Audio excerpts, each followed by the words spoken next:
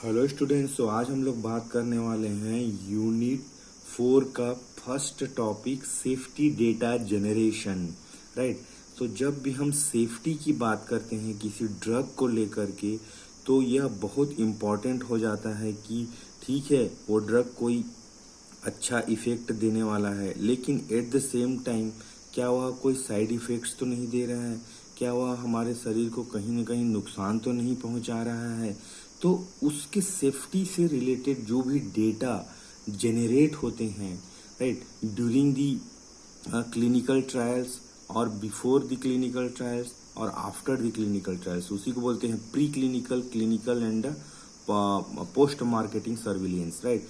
तो इस सब स्टेज के द्वारा जो भी हमें इंफॉर्मेशन मिलता है उस केमिकल एंटिटी के लिए और उस पर्टिकुलर ड्रग के लिए, उसी को कहते हैं सेफ्टी डेटा जनरेशन। तो आइए समझने की कोशिश करते हैं what it is. Right. So आज का टॉपिक है unit 4 safety data generation. It refers to the process of collecting, analysing and documenting information related to the safety profile of a drug or any medical product.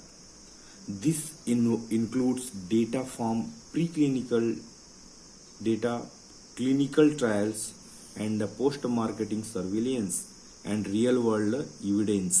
Right?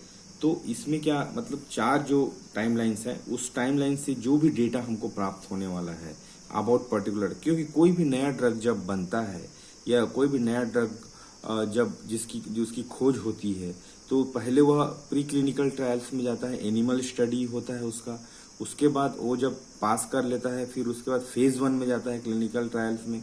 उसमें phase 1, phase 2, phase 3 होता है, जिसमें healthy human volunteers लेते हैं, फिर diseased human volunteers लेते हैं, फिर large amount of diseased human volunteers लेते हैं। ठीक है। पोस्ट मार्केटिंग सर्विलेंस, इसी को फेज 4 बोलते हैं। इसमें जब ड्रग मार्केट में लॉन्च हो जाता है अप्रूव होने के बाद और डॉक्टर प्रिस्क्राइब करना चालू कर देते हैं, उसके बाद जब पेशेंट लेते हैं तब भी कुछ साइड इफेक्ट्स, कुछ चीज़ें नोट होती हैं, जो कि हम बात कर रहे हैं रियल वर्ल्ड एविडेंस। जो आम पॉपुलेशन है वो जब यूज करना चालू करती है तो वो क्या कहते हैं, उन पे क्या रिएक्शंस है। ठीक है। तो ये सब जगह से जो हमको डेटा मिलता है ये उस ड्रग के सेफ्टी प्रोफाइल को निर्धारित करती है। एग्जाम्पल के लिए जैसे कि researchers collect data from the clinical trials on ADR। Right. तो यह एक एग्जाम्पल हो सकता है। ठीक है। तो इसमें जो भी हमारे बहुत सारे पॉइंट्स हैं, तो सबसे पहले हम इसमें बात करेंगे प्री क्लिनिकल फेज के बारे में। ठीक है। क्योंकि कोई भी ड्रग जब खोज होता है तो सबसे पहले वह प्री क्लिनिकल फेज में जाता है, जिसको एनिमल स्टडी भी कहा जाता है। ठीक है। It includes animal studies such as pharmacokinetic and toxicological studies to evaluate the drug effects on various organ systems and the potential for toxicity.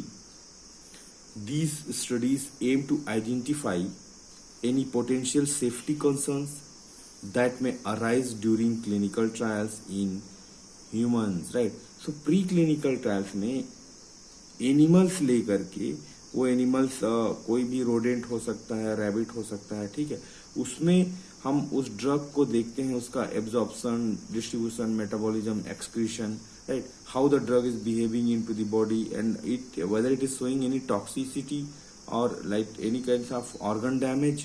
Right. उसका ऑर्गन सिस्टम्स में, हार्ट में, लीवर में, लंग में और अदर टिश्यूज में कुछ क्या action है। राइट। कहीं वो टॉक्सिसिटी, उसका पोटेंशियल टॉक्सिसिटी तो शो नहीं कर रहा है। ठीक है।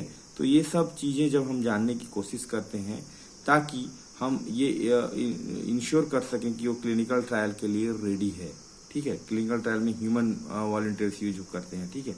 तो इसमें क्या क्या हो सकता है, study design pre clinical trial में design to meet regulatory standards and assess potential risk associated with the drug. तो उसका डिजाइनिंग ऐसा होना चाहिए कि 10 डेज के लिए हम रैट्स में यूज करने वाले हैं, ग्रुप 1, ग्रुप 2, ग्रुप 3, ग्रुप 4, या फिर 1 मंथ के लिए या फिर 5 डेज के लिए। तो कैसा उसका प्रोटोकॉल होना चाहिए, प्लान ऑफ वर्क होना चाहिए। ठीक है। एनिमल स्टडीज में इसमें जो जनरली हम typically conducted on animals like rodent, rabbits और non human primates to evaluate pharmacokinetic toxicity and adverse drug reactions, right? उसके बाद इसमें आप पॉइंट दे सकते हैं फार्माकोकाइनेटिक स्टडीज, राइट। तो फार्माकोकाइनेटिक स्टडीज में how the drug is absorbed, distributed, metabolised and excreted by the body of animal body, right. तो वो चीज इंश्योर हो जाएगा यहाँ पे। टॉक्सिकोलॉजी स्टडीज, इसमें 3 कैटेगरी होते हैं, एक्यूट टॉक्सिसिटी, सब chronic toxicity and chronic toxicity. इसके लिए OECD गाइडलाइंस 420, 423, 425 अवेलेबल है, जिसमें हम मतलब माइस यूज करते हैं जनरली। तो माइस को लेके एक डोज दिया जाता है, right. So what is LD50, what is ED50, right. Lethal dose 50 and effective dose 50 वो डिटरमाइन करते हैं। Safety biomarkers are used to monitor physiological and molecular changes in response to the drug, ठीक है। जैसे कि कोई बायोकेमिकल, जैसे कि लीवर डैमेज होता है तो उसमें ALT, AST या SGOT, SGPT, total bilirubin, cholesterol वगैरह चेक करते हैं। Histopathological examinations after the study complete we have to sacrifice the animals, और उसके जो भी हार्ट, लीवर, पैंक्रियाज को निकाल के उसका स्लाइड बना के माइक्रोस्कोप में देखते हैं कि डैमेज कितना हुआ है, ठीक है। Dose response relationship to determine the therapeutic dose range and potential toxic dose.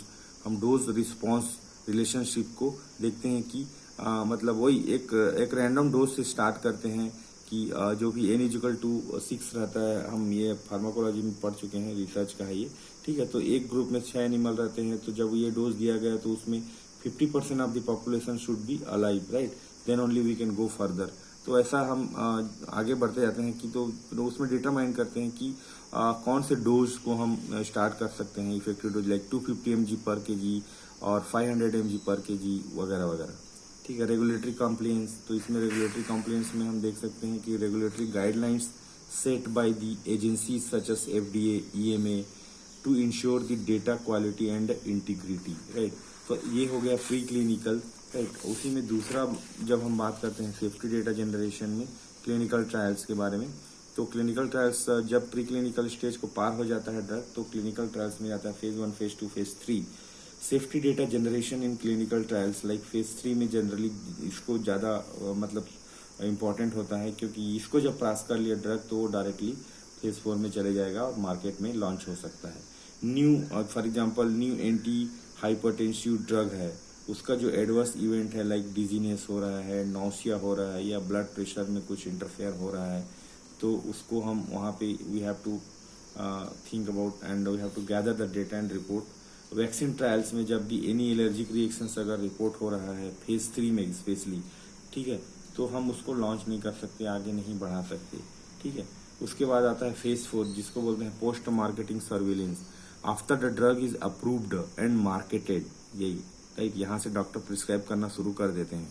तो health care providers and patients report the adverse drug reactions to regulatory agencies, right, like FAERS, right. तो इसमें क्या होता है FDA adverse effect reporting system, ठीक है।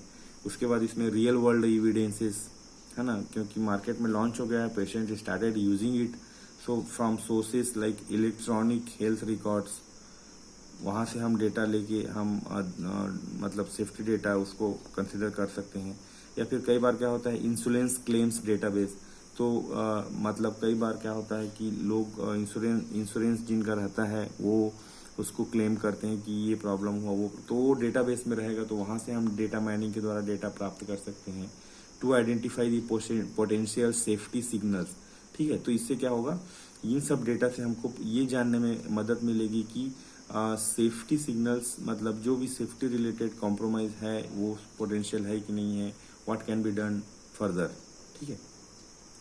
उसके बाद आता है आपका signal detection and evaluation, right. तो जब सिग्नल डिटेक्शन एंड इवेल्युएशन की बात करेंगे सेफ्टी डेटा जनरेशन में, तो safety data is analysed to detect and evaluate potential safety signals, right. Signals मतलब वही खबर, मतलब एक तरह का इंडिकेशंस होता है, ठीक है। If higher than expected number of adverse drug reactions reported for any drug which has to be compared to placebo in clinical trial, कि कुछ ग्रुप ऑफ पीपल्स को, कुछ ग्रुप ऑफ ह्यूमन बींग्स को placebo दिया जा रहा होता है मतलब वो कंट्रोल ग्रुप होता है, उनको ना ड्रग नहीं दिया जा रहा होता है ना कुछ नहीं, नॉर्मल खाना पीना जैसे हम प्री क्लिनिकल में एनिमल्स के साथ करते हैं, तो उससे कंपेयर करेंगे कि ये एडवर्स ड्रग रिएक्शन उससे मतलब है, ये ड्रग से रिलेटेड है या किसी और की वजह से है। इट में signal a potential safety concern, तो हमको पता चल जाएगा कि नहीं इन लोगों को तो वोमिटिंग नहीं हो रहा है, इन लोगों को तो चक्कर नहीं आ रहा है, फिर ये पक्का मतलब ड्रग से रिलेटेड है। ऐसा करके हम कंपेयर, जब तक कंपेयर नहीं करेंगे हमको क्लियर कट आइडिया नहीं मिलने वाला है, ठीक है। Risk management strategies based on safety data available और gathered, labeling update has to be done by the pharmaceutical company onto the drug wrapper and strips, right? Warnings or precautions it should not be taken, ऐसा type का, ठीक है। it should not, right? Restricted distribution, we should not give that medication directly, you cannot, it should not be like OTC, right? Patient education, like हमको किसी भी छोटे मोटे problem में ये ड्रग नहीं लेना चाहिए, कब लेना है कब नहीं लेना है, जैसे कि मतलब बहुत सारा मिस यूज होते रहता है ना डायजीपाम वगैरह का, तो वो सब चीज हमको देखते रहना पड़ेगा, ठीक है। कंटिन्यूस मॉनिटरिंग बहुत इंपॉर्टेंट है। Safety data generation is on going process, ऐसा नहीं कि एक दिन में कर लिए या 2 दिन में, ये चलते ही रहता है फार्माकोविजिलेंस टीम के द्वारा, राइट, और रिसर्चर्स के द्वारा। Pharmaceutical companies, regulatory agencies continuously monitor safety data throughout the product life cycle to detect and respond to emerging safety concern, right? तो ये जो बॉडीज हैं ये लगातार इस चीज पे लगे रहते हैं, प्रोडक्ट के लाइफ साइकिल, मतलब right from its raw material, manufacturing into the doses form, pharmacovigilance, मतलब पूरा जब तक वो पेशेंट उसको यूज करके उसका सही से उसका फायदा ना ले लेता है तब तक यह निगरानी चलते रहनी चाहिए, right. So safety data generation is very important point here, you need to cover this in the 3-4 stages like preclinical, clinical and post marketing surveillance, real world evidence, right?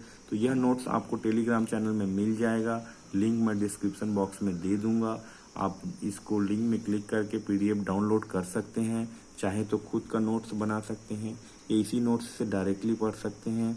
अगर समझ में नहीं आता है तो वापस वीडियो में आइए, वीडियो को पॉज कीजिए, समझिए, ठीक है। तब तक के लिए धन्यवाद।